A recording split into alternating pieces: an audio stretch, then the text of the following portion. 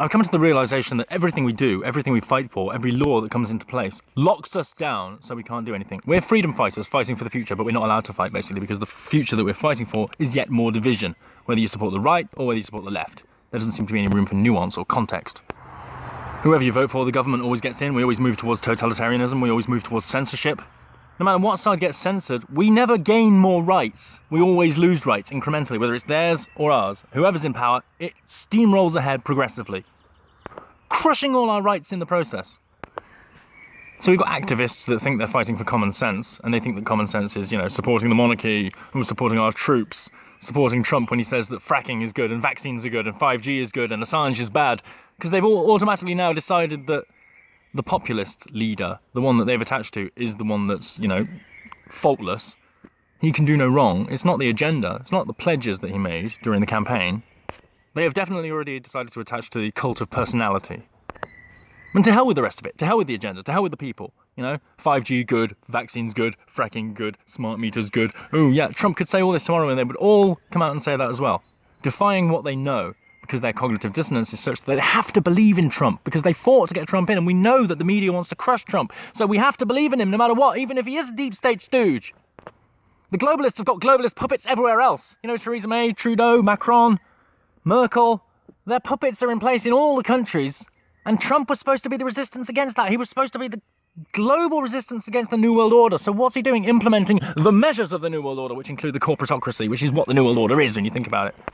And because of these disagreements I have with many on the right, they block me, they mute me, they say that free speech is sacrosanct and wonderful, but I don't agree with that, block. I don't associate with the left because the left are hysterical lunatics. But now that I associate with the right, I'm starting to find out that they're actually just brainwashed simpletons. Case in point with that Sargon interview recently, where the man was like a Brexiteer and saying that he should apologise, Sargon should apologise for his comments about rape. So context doesn't matter and all that stuff. I'm starting to become less of a free speech absolutist because I no longer believe that free speech can work if you have things like doxing and you have millions of people that want to go to war with a certain side and someone gets doxed and then all those millions of people converge on that side and terrorise that people. You can't allow the free speech to just give away their address. You can't. And yet that's exactly what the media does. It constructs narratives, it gives away people's addresses, it doxes people. And it censors people and bans them for hate speech and violations of political correctness. Politically correct transgressions. I mean, I'm not the first person to say this, but it's a completely backwards world. It should be completely the other way. It's completely upside down, la clown world. Obviously, I'm not the first person to say that. But it's not even a metaphor, it's not even a joke. It's absolutely demonstrable. All the media is hysterical, going on about these lies about Russia. All the celebrities breathe it and believe it. They all parrot it and repeat it to each other, and it becomes a meme throughout the culture, and it becomes part of the vernacular. And it becomes like part of the social story of history, even though it's a lie. It doesn't seem to matter what the actual truth is, only how many people are parroting it. And eventually they want algorithms to dictate the stories that people get, which then will shape the perception of events. So they won't know what's going on because the stories that they think they're following were actually fabricated anyway. Fake world. And the latest example of fakery, the latest example of how the propaganda is working, like the propaganda against UKIP and all the people. There's so many people who are activists against the New World Order, etc., who are now siding with Farage's Brexit party. And I really don't know why. Because they can't seem to see that the mainstream media is supporting Farage's Brexit party. They can't seem to follow the information that Soros Group said they wouldn't protest against Farage's Brexit party, but they would protest against UKIP. Because UKIP is the genuine Brexiteers that are anti-establishment. If you want an anti-establishment party that supports Brexit, the only viable party you can support in the mainstream is UKIP. Otherwise, you could support For Britain, but they probably won't have a candidate.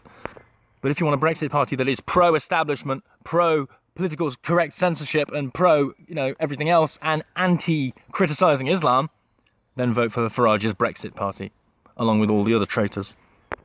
Stick to your principles. We know Carl Benjamin. We've seen him on YouTube for hundreds of hours. We don't know these media empires. We don't know these politicians that, lead us.